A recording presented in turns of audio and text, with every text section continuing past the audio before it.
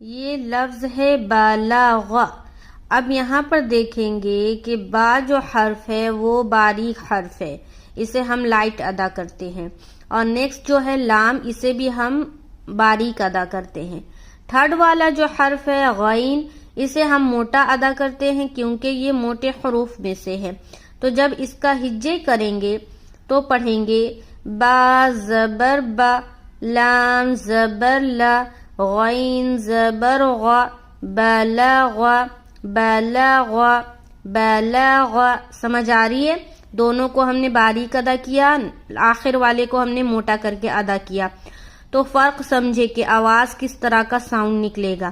بعض لوگ لام کو بھی موٹا کر دیتے ہیں، جیسے کہ بالغ، تو لام کو موٹا نہیں کرنا، لام کسی بھی صورت میں موٹا نہیں ہوگا، صرف ایک لام موٹا ہوتا ہے جو کہ لفظ اللہ کا لام ہے۔